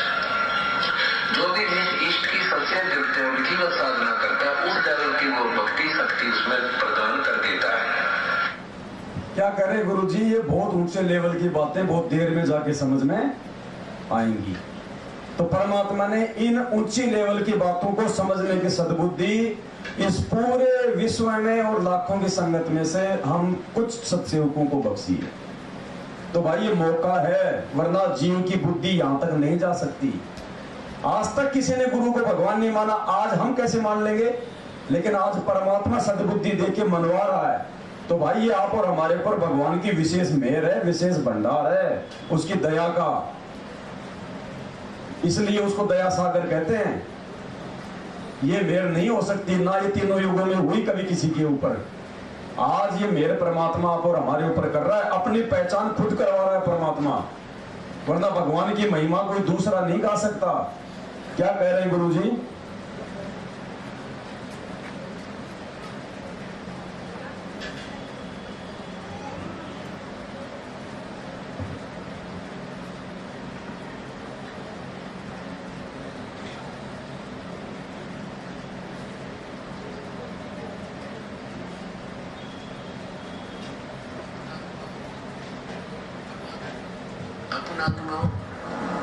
परमात्मा प्रत्येक युग में आते हैं और अपनी महिमा आप ही बताते हैं। परमात्मा की महिमा दूसरा कौन बता सकता है? हमारी बुद्धि पर पत्थर पड़ गए थे, हम सोचा करते ये संत परमात्मा की महिमा बताओगा, ये बताओगा। अरे भगवान की महिमा भगवान ही बता सकता है। भगवान की महिमा तो गुरुजी कौन हुए फिर? भगवान की महिमा आज हमें कौन बता रहा है? भाई भगवान एक जो जिस परमात्मा ने सृष्टि रची है उसकी रचना को आके यहाँ पे कौन बता सकता है? भगवान ही बता सकता है। गुरुजी कहते हैं कि बाप की उत्पत्ति को बेटा नहीं बता सकता, दादा बताएगा कि तेरे बाप का जन्म इस तारीख को हुआ था, रात के 2 बजे हुआ था, दिन के 6 बजे हुआ था।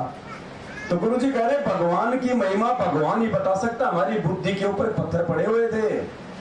तो यहां संकेत कर रहे हैं गुरुजी कि गुरुजी कौन है।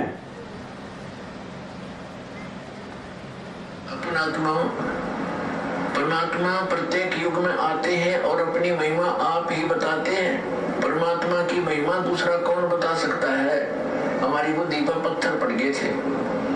हम सोचा करते ये संत परमात्मा की महिमा बतावेगा, ये बतावेगा। अरे भगवान की महिमा भगवान ही बता सकता है, अपने द्वारा रची सृष्टि को स्वयं ही बता सकता है। एक ऋषि के बता सके भगवान के द्वारा रची सृष्टि को।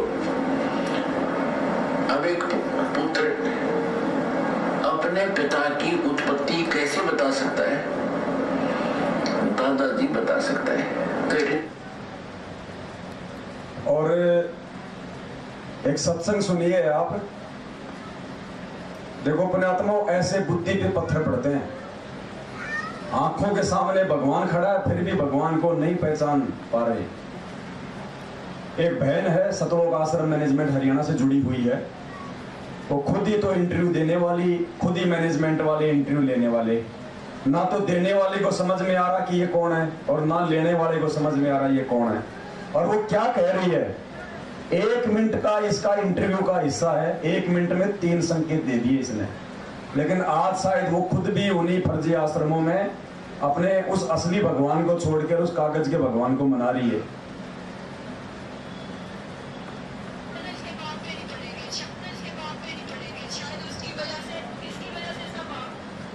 इसके बाप पे नहीं पड़ेंगे, शायद उसकी वजह से, इसकी वजह से इसका बाप बीमार है।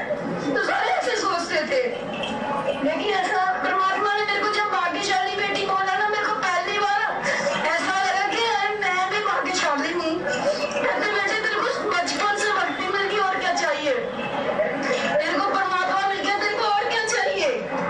तो मैं परमात्मा को, मतलब आप विश्वास नहीं करोगे, गुरुजी कभी खड़े नहीं होते सिंहासन पे, खड़े होके बोले आज मेरी भाग्यशाली बेटी। उन्होंने मेरे को जब भी मैं ले लिया, मेरा बेटा आ गया, मेरी बेटी परमात्मा पाना चाहती है, देख तेरे सामने खड़ा है परमात्मा। क्या कहा गुरुजी ने? देख तेरे सामने खड़ा है परमात्मा और आके चरणों की सेवा ले ले। खुद कह रहे हैं गुरुजी अपने आत्मा, ये बातें उनके समझ में नहीं आएंगी, ये बातें परमात्मा ने हमें समझाने के लिए और हम सत्सेवकों का विश्वास गुरुजी पे और ज्यादा दृढ़ करने के लिए। अब वेद व्यास को समझ में नहीं आया था मैं महाभारत में मैं क्या लिख रहा हूं, मैं गीता जी में क्या लिख रहा हूं। आज वो चीजें हमें समझाने के लिए परमात्मा ने उससे लिखवा दी। उसको नहीं पता, तो ये बहन को नहीं पता। सिर्फ परमात्मा ने इसको एक मोड़ा बनाया, निमित्त बनाया, सिर्फ आप और हमारी आंखें खोलने के लिए, हमें समझाने के लिए कि धरती पे परमात्मा कौन है। शादी बेटी, उन्होंने मेरे को जब भी मैं ले लिया, मेरा बेटा आ गया, मेरी बेटी परमात्मा पाना चाहती है, देख मेरे सामने खड़ा है परमात्मा, कर ले सेवा बेटा चरणों की। तो मैंने उनकी सेवा करी परमात्मा की। जैसे कहते हैं ना तेज पुंज का शरीर परमात्मा का, जैसे कहते हैं परमात्मा का अलग से शरीर है, तो परमात्मा ने मेरे को एहसास दिला दिया कि हाँ मैं परमात्मा हूँ, मैं तेरे लिए आया हूँ। अब हम बार बार कहते हैं भाई उस परमात्मा का जो शरीर है वो तेज पुंज का है। ये गुरुजी अपने जैसा हाड़मास का नहीं है। हम इसको एक अपने जैसा मानुष समझने की गलती ना करें। धर्मदास भी इसी गफलत में रह गया था कि तुम कहो विदोई और तुम दिखाई देते हो मुझे देही। तो परमात्मा ने कहा था कि मैं तुम्हारे जैसा दिखाई जरूर देता हूं, लेकिन मैं तुम्हारे जैसा नहीं हूं। तो इस बहन को मालिक ने साक्षात वो दर्शन भी दिए अपने तेज पुंज के शरीर में। ये हमारा विश्वास दृढ़ करने के लिए कि जो हिसार जेल में बैठा है ना, वो कोई मानुष नहीं है। गुरु मानुष कर जानते वो नर कहिए अंध, हम तो खाली बस इस वाणी को एक बार रट्टा मार के छोड़ देते हैं रोज। परमात्मा कहते हैं नित्य नियम को रट्टा मारने का नहीं है, प्रत्येक वाणी पे विचार करो भगवान कह क्या रहा है। गुरु मानुष कर जानते वो नर कहिए अंध। मानुष क्या होता है? जो माँ से जन्म लेता है। तो गुरु जी कहते हैं जो अपने गुरु जी को मानुष मानेगा, जो माँ से जन्म लिया हुआ मानेगा, वो तो मूर्ख है, अंधा है। वो जीते जी भी दुखी रहेगा और मरने के बाद भी वो यम के लोक में जाएगा। तो इस बहन को परमात्मा ने आभास कराया। अलग से शरीर है तो परमात्मा की, जैसे कहते हैं ना तेज पुंज का शरीर परमात्मा का, जैसे कहते हैं परमात्मा का अलग से शरीर है। तो परमात्मा ने मेरे को एहसास दिला दिया कि हाँ मैं परमात्मा हूँ, मैं तेरे लिए आया हूँ। कहते बेटे परमात्मा ने मेरे लिए मेरे सिर पे हाथ रख के शब्द गाया, क्यों भूली घर अपना मन में एक विचार। परमात्मा ने ये बात, परमात्मा ने जब ये बानी पड़ी मैं बहुत रोई, बहुत दिल खराब हुआ। परमात्मा कहते बेटे कोटों में तू एक है मेरी बेटी, कहते तू नहीं जानती तू क्या है मेरे लिए। तू वहां पे मेरे को, मैं तुम्हें लाडों से रखता था सतलोक में। गुरुजी ने ऐसे नहीं कहा कि मैं, उन्होंने ऐसे नहीं कहा कि मैं एक परमात्मा का भेजा हुआ बर्दाश्त हूँ। उन्होंने मेरे को सीधा ऐसे कहा कि मैं तेरे लिए यहाँ पे आया हूँ, तो मैं कैसे ना मानूं कि वो परमात्मा है जी। अब बताओ इससे ज्यादा और क्या बताएंगे परमात्मा। अब अपने बच्चों से तो भाई परमात्मा को उदाहरण दिलवाएंगे। अब स्पष्ट करवा दिया परमात्मा ने कि बेटा मैं तेरे लिए आया हूं, मैं सतलोक से। ये नहीं कहा कि उस परमात्मा ने मेरे को भेजा है तेरे लिए। अब इस बहन की बुद्धि में ये बातें नहीं आई, बस वो रोली, उसने इंटरव्यू दे दिया, वो भाव में बह गई, लेकिन वो विचार नहीं कर पाई इस इंटरव्यू पे। आज अगर ये विचार, अगर इन बातों पे करती तो ये साथ संगति से जुड़ी होती। तो ऐसे काल ठगता है, इतनी अच्छी आत्माओं को भी काल ठगता है। तो सोचो आप और हम आत्माएं इस बहन से भी कितनी ज्यादा उच्च कोटि की आत्मा है, जो भगवान ने सतलोक भेजने के लिए हमारे को जो मतलब तैयार करने वाली मशीन में डाल दिया। ये साध संगति ही वो प्रोसीजर है जो हम शुद्ध होके गुरु को भगवान मान के सतलोक जाने की तैयारी कर सकते हैं। वरना दूसरा कोई तरीका धरती पे परमात्मा ने छोड़ा ही नहीं है साध संगति के अलावा। इसलिए दास प्रार्थना करता है साध संगति में आके सुधर के जाना है। और जो यहाँ आके जो बिगड़ गया वो तो मतलब निर्भागी प्राणी है, उसका धरती पे ठिकाना नहीं है कहीं। हमारे सोच विचार बोल चाल हर चीज में इतना बदलाव हो जाना चाहिए कि हमारे रिश्तेदार, हमारे यार दोस्त रिश्तेदार भी भगवान से जुड़ने का मार्ग पूछें कि यार तुम्हारे अंदर इतना बदलाव हो कैसे गया। तुम तो बदलने वाला इंसान था ही नहीं, तेरे जैसा तो नीच कोई आदमी नहीं था। और हम जब जाते हैं बस में तो 2 रुपए को लेके हम कंडक्टर से झगड़ा कर लेते हैं। परमात्मा कब किस घटना को अंजाम दे देगा हमारी परीक्षा लेने के लिए, कब वो कंडक्टर बन के खड़ा हो जाएगा मालूम ही नहीं पड़ेगा। हर स्थिति में हमने गुरु जी के ज्ञान को आगे रख के चलना है। कबीरा आप ठगाइए और न ठगिए कोई, आप ठगाए सुख होते और ठगे दुख होए। आवत गाड़ी एक है उल्टा हो अनेक। हर स्थिति में पता नहीं कब परमात्मा आपका बेटा बन के और आपकी परीक्षा ले ले। अब आप क्या करोगे बताओ, आप सोच भी नहीं सकते, ऐसी परीक्षा लेता है परमात्मा। तो आगे का पाठ फिर चलेगा। अभी नाश्ता तैयार हो गया क्या भगत जी? तो पहले भाई बहनों को नाश्ता करवा दो, फिर बाकी दिन में बैठ के और बात करेंगे अपनी वैसे ही। फिर रात को परमात्मा इस वीडियो के फिर आगे लेके चलेंगे। सर हाँ तो बढ़ाओ, क्या दिक्कत करो। भोग प्रसाद तैयार हो गया क्या? भोग लग रहा है परमात्मा का। तो भगत जी आज 11 तारीख है ना, तो एक काम करो ना, यहाँ पे रखो ना टेबल परमात्मा की। ये तस्वीर लग रही, इधर लगाएंगे बहुत सारे, इधर लाओ। वहां पे कौन कौन आएगा गर्मी में?